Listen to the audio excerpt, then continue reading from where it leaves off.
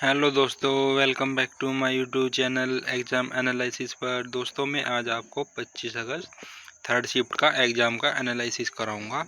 तो दोस्तों चलिए शुरू करते हैं। दोस्तों अगर आप मेरे चैनल पर नए हो, इस चैनल को सब्सक्राइब कीजिए और आपको अगर मेरी वीडियो पसंद है इसे लाइक कीजिए। मैंने डिस्क्रिप्शन बॉक्स में टेलीग्राम लिंक डाला है, आप उस पर जाके अपना एनालिसिस अपना रिव्यू दीजिए और उसे ज्वाइन कीजिए। चलिए दोस्तों शुरू करते हैं। पहला क्वेश्चन है, विश्व जल दिवस 2026 की आधिकारिक से थीम क्या थी दोस्तों? Option B water and gender. तो दोस्तों कुछ थोड़ा एक्स्ट्रा फैक्ट हम देख लेते हैं, जो कि विश्व जल दिवस प्रत्येक वर्ष 22 मार्च को मनाया जाता है। वर्ष 2026 की थीम वाटर एंड जेंडर थी। इसका उद्देश्य जल संकट के लैंगिक प्रभावों को उजागर करना है। जल प्रबंधन में महिला की महत्वपूर्ण भूमिका पर भी जोर दिया जाता है दोस्तों। चलिए दोस्तों नेक्स्ट क्वेश्चन पे चलते हैं। नेक्स्ट क्वेश्चन दोस्तों, केंद्रीय प्रत्यक्ष कर बोर्ड सीबीडीटी के वर्तमान अध्यक्ष कौन है? ऑप्शन बी रवि अग्रवाल दोस्तों। सीबीडीटी का जो पूर्ण नाम है दोस्तों, control board of direct taxes. यह भारत में प्रत्यक्ष करों से संबंधित वैधानिक निकाय है। यह वित्त मंत्रालय के राजस्व विभाग के अंतर्गत आता है और दोस्तों यह आयकर प्रशासन से जुड़े महत्वपूर्ण मामलों में इसकी प्रमुख भूमिका है। तो चलिए दोस्तों नेक्स्ट क्वेश्चन पर चलते हैं। एक वस्तु की प्रारंभिक गतिज ऊर्जा 800 जूल है। यदि उस पर 600 जूल का कार्य किया जाता है तो अंतिम गतिज ऊर्जा कितनी होगी? तो दोस्तों इसका जो आंसर हो जाएगा, ऑप्शन बी आंसर हो जाएगा 200 जूल। यह प्रश्न का दोस्तों जो है ना, कार्य ऊर्जा के प्रमेय के अनुसार जो है ना, गतिज ऊर्जा में परिवर्तन निकाला जा सकता है। और दोस्तों जो प्रारंभिक हमारी गतिज ऊर्जा थी वो 800 थी और लास्ट की हमारी 600 थी, तो हमने घटाकर इसका वो निकाल लिया है हमने परिवर्तन। चलिए दोस्तों हम चलते हैं अपने नेक्स्ट क्वेश्चन पर। भ्रष्टाचार धारण सूचकांक यानी सीपीआई किस संगठन द्वारा जारी किया जाता है? ऑप्शन सी ट्रांसपेरेंसी इंटरनेशनल दोस्तों। ट्रांसपेरेंसी इंटरनेशनल एक अंतर्राष्ट्रीय गैर सरकारी संगठन है। इसका मुख्यालय बर्लिन जर्मनी में स्थित है। कॉरपोरेशन परसिपरेशन इंडेक्स का सीपीआई के नाम से जाना जाता है दोस्तों। सीपीआई में देशों को 0 से 100 के पैमाने पर स्कोर दिया जाता है। आप ये भी याद रखेंगे। मरुस्थलीय पौधे रात के समय अपने रंध्र खोलकर कार्बन डाइऑक्साइड क्यों ग्रहण करते हैं दोस्तों? ऑप्शन ए दिन के समय जल की हानि को रोकने के लिए। तो दोस्तों मरुस्थलीय पौधों में जल संरक्षण के लिए विशेष अनुकूल पाए जाते हैं और सीएम में पौधे सामान्यतः रात में अपने रंध्र खोलते हैं।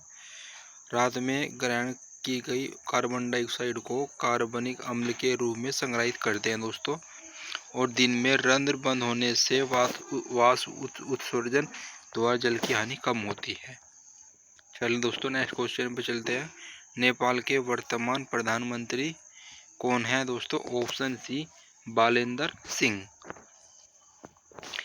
नेपाल की जो राजधानी दोस्तों काठमांडू होगी और नेपाल दक्षिण एशिया में स्थित एक स्थलरुद्ध देश है। नेपाल की सीमा भारत और चीन से लगती है और बालेंद्र शाह से पहले केपी शर्मा ओली प्रधानमंत्री दोस्तों यहाँ गए। चलिए दोस्तों नेक्स्ट क्वेश्चन, तापमान बढ़ने पर किस द्रव में गैस की विलेयता पर क्या प्रभाव पड़ता है दोस्तों? ऑप्शन बी घट जाती है दोस्तों।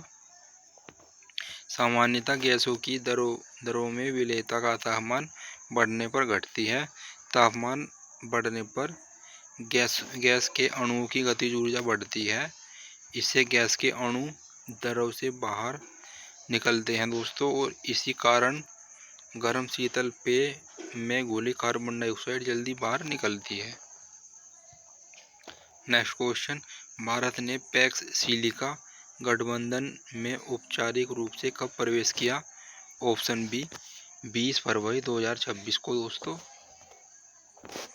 पैक्स सिलिका पहल का संबंध रणनीतिक तकनीकी सहयोग से है। इसमें सेमीकंडक्टर और एआई सप्लाई चेन पर विशेष ध्यान दिया जाता है।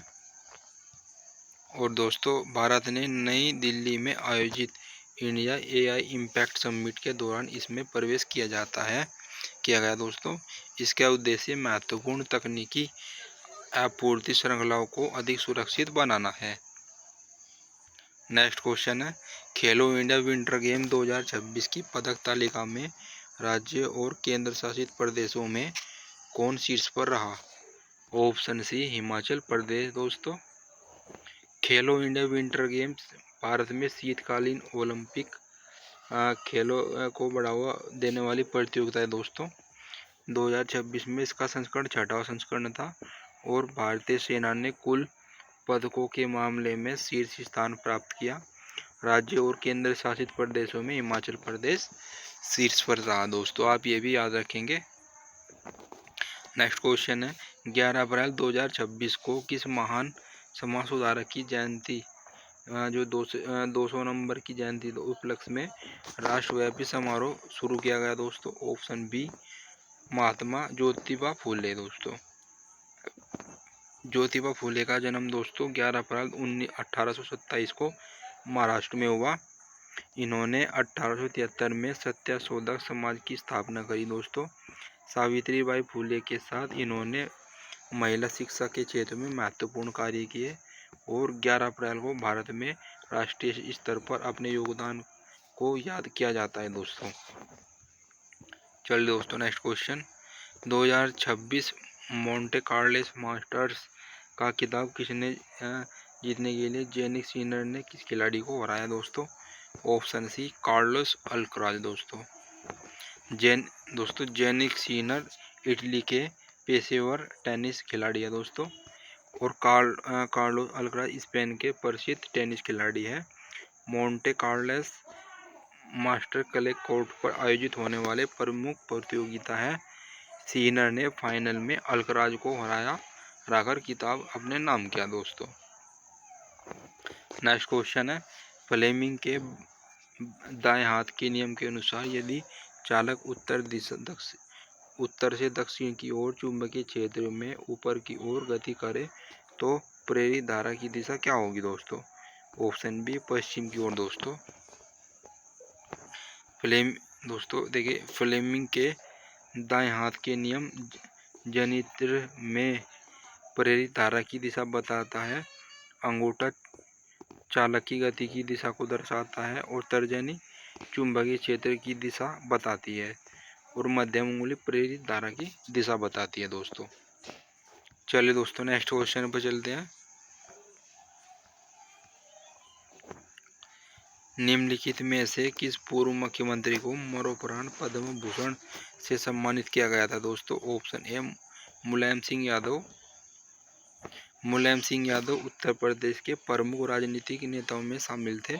इन्होंने उत्तर प्रदेश के मुख्यमंत्री के रूप में कई बार कार्य किया है दोस्तों। इन्होंने 2023 में मरणोपरांत पद्म भूषण से प्रदान किया गया दोस्तों, यानी सम्मानित किया गया। और पद्म विभूषण भारत का दूसरा सर्वोच्च नागरिक सम्मान है, आप ये भी याद रखेंगे। नेक्स्ट क्वेश्चन है दोस्तों, स्पोर्ट स्टार एशिज पुरस्कारों में family sports person of the year का पुरस्कार किसने जीता दोस्तों? तो दोस्तों, इसका आंसर हो जाएगा पारुल चौधरी। पारुल चौधरी भारत की प्रमुख एथलीटों में शामिल है। वह मुख्य रूप से लंबी दूरी की दौड़ प्रतियोगिता में भाग लेती है दोस्तों। इन्होंने अंतर्राष्ट्रीय स्तर पर भारत का प्रतिनिधित्व किया और एथलेटिक्स में इनके प्रदर्शन के लिए इन्हें विभिन्न सम्मान प्राप्त हुए दोस्तों। चलिए दोस्तों, नेक्स्ट क्वेश्चन, आधिकारिक प्रतिध्वनि दौड़ में 2 घंटे से कम समय में लंदन मैराथन पूरा करने वाले पहले एथलीट कौन बने दोस्तों? ऑप्शन सी Sebastian Save. Sebastian Save Kenya की लंबी दूरी के धावक है दोस्तों। इन्होंने लंदन में मैराथन में 2 घंटे से कम समय का समय दर्ज किया। उनका समय 1 घंटे 59 मिनट और 3 सेकंड बताया गया। इससे पहले एलियड किपचोगे ने विशेष प्रदर्शनी दौड़ में 2 घंटे से कम समय हासिल किया। चलिए दोस्तों, नेक्स्ट क्वेश्चन। सतत विकास लक्ष्य यानी SDGs के लक्ष्य भारत के किस दीर्घकालीन विकास रोड मैप से जुड़े हुए हैं? ऑप्शन सी, विकसित भारत 2047। SDGs संयुक्त राष्ट्र द्वारा निर्धारित वैश्विक विकास लक्ष्य हैं। SDGs का कुल संख्या दोस्तों 17 है। इन लक्ष्यों को वर्ष 2030 तक प्राप्त करने का लक्ष्य रखा गया। विकसित भारत 2047 का लक्ष्य भारत को विकसित राष्ट्र बनाना है। नेक्स्ट क्वेश्चन है, वर्ष 2026 में महाराष्ट्र के किस पूर्व राज्यपाल को पद्म भूषण से सम्मानित किया गया दोस्तों? Option A, Bhagat Singh Koshyari. भगत सिंह कोश्यारी उत्तराखंड के वरिष्ठ राजनेता हैं। इन्होंने महाराष्ट्र के राज्यपाल के रूप में भी कार्य किया है दोस्तों। वे महाराष्ट्र के राज्यपाल पद पर 2019 से फरवरी 2023 तक रहे। पद्म भूषण भारत का तीसरा सर्वोच्च सम्मान है दोस्तों, आप ये भी याद रखेंगे। भारतीय रिजर्व बैंक द्वारा शहरी सहकारी बैंकों के क्षमता निर्माण और कौशल विकास के लिए कौन सी पहल की शुरू की गई दोस्तों? ऑप्शन बी, मिशन सक्षम। दोस्तों, मिशन सक्षम शहरी सहकारी बैंकिंग क्षेत्र से संबंधित पहल है। इसका जो उद्देश्य बड़े सदस्यों और कर्मचारियों की क्षमता बढ़ाना है। इसमें कौशल विकास, अनुपालन, संस्कृति पर ध्यान दिया जाता है दोस्तों। यह शहरी सहकारी बैंकों की संस्थागत क्षमता को मजबूत करने की दिशा में महत्वपूर्ण कदम है दोस्तों। तो दोस्तों, हमें आज ये क्वेश्चन मिल पाए थे। आप कमेंट करके बताओ आपको ये वीडियो कैसी लगी, और दोस्तों अपने दोस्तों के साथ शेयर कर देना। और दोस्तों मिलते हैं चलो नेक्स्ट वीडियो में, तब तक के लिए जय हिंद।